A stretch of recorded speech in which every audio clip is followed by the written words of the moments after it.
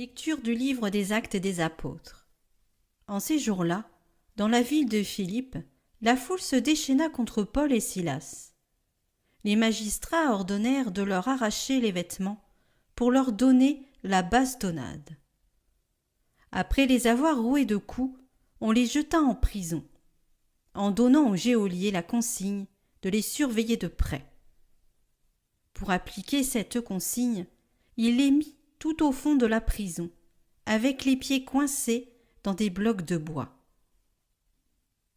Vers le milieu de la nuit, Paul et Silas priaient et chantaient les louanges de Dieu, et les autres détenus les écoutaient. Tout à coup, il y eut un violent tremblement de terre, qui secoua les fondations de la prison.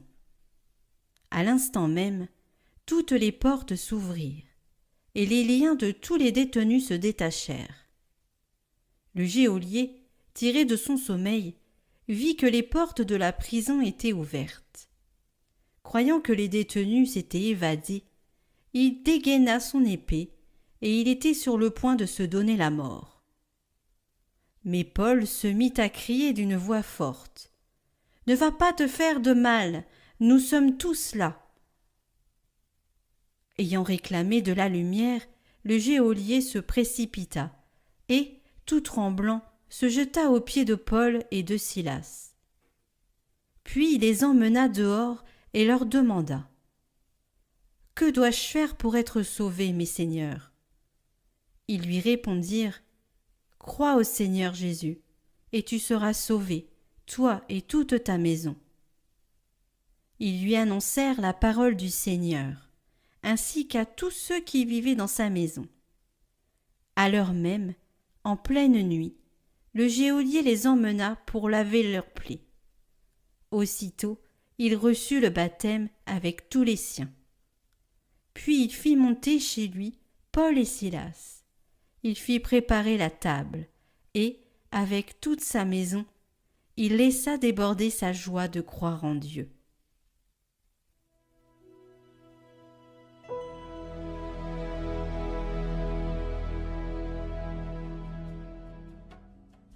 Ta main droite me sauve, Seigneur. De tout mon cœur, Seigneur, je te rends grâce. Tu as entendu les paroles de ma bouche. Je te chante en présence des anges. Vers ton temple sacré, je me prosterne. Je rends grâce à ton nom pour ton amour et ta vérité. Car tu élèves, au-dessus de tout, ton nom et ta parole. Le jour où tu répondis à mon appel, tu fis grandir en mon âme la force. Ta droite me rend vainqueur. Le Seigneur fait tout pour moi. Seigneur, éternel est ton amour. N'arrête pas l'œuvre de tes mains.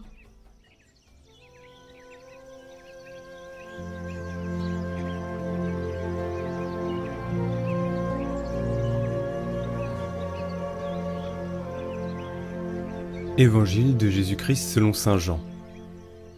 En ce temps-là, Jésus disait à ses disciples : « Je m'en vais maintenant auprès de celui qui m'a envoyé, et aucun de vous ne me demande : Où vas-tu ? Mais, parce que je vous dis cela, la tristesse remplit votre cœur. Pourtant, je vous dis la vérité. Il vaut mieux pour vous que je m'en aille, car si je ne m'en vais pas, le défenseur ne viendra pas à vous. Mais si je pars, je vous l'enverrai. Quand il viendra, il établira la culpabilité du monde en matière de péché, de justice et de jugement. En matière de péché, puisqu'on ne croit pas en moi. En matière de justice, puisque je m'en vais auprès du Père et que vous ne me verrez plus. En matière de jugement, puisque déjà le prince de ce monde est jugé.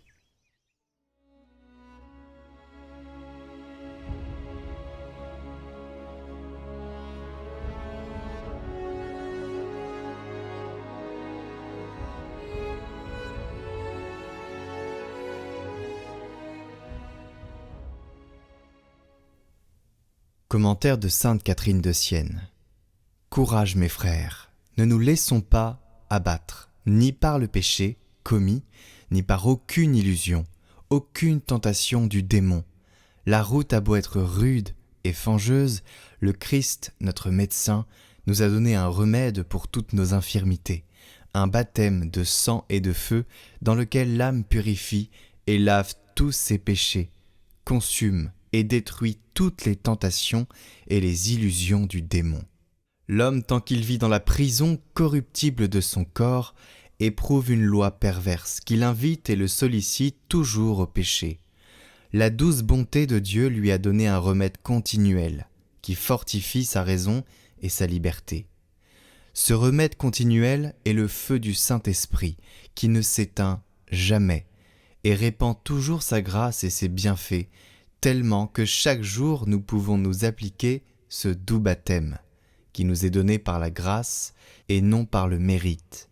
Ainsi donc, quand l'âme regarde et voit en elle ce trésor et ce feu de l'Esprit Saint, elle s'enivre tellement de l'amour de son Créateur qu'elle se renonce entièrement.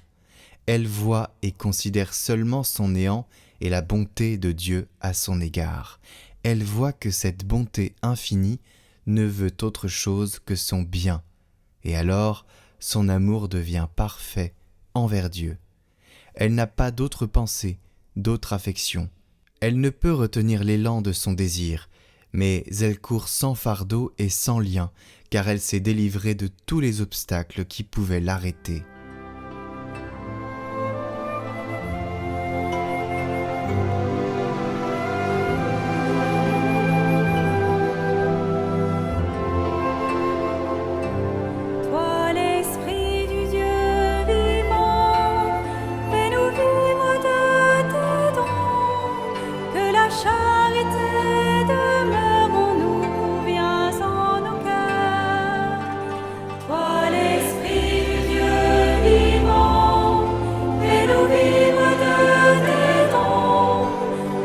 Charité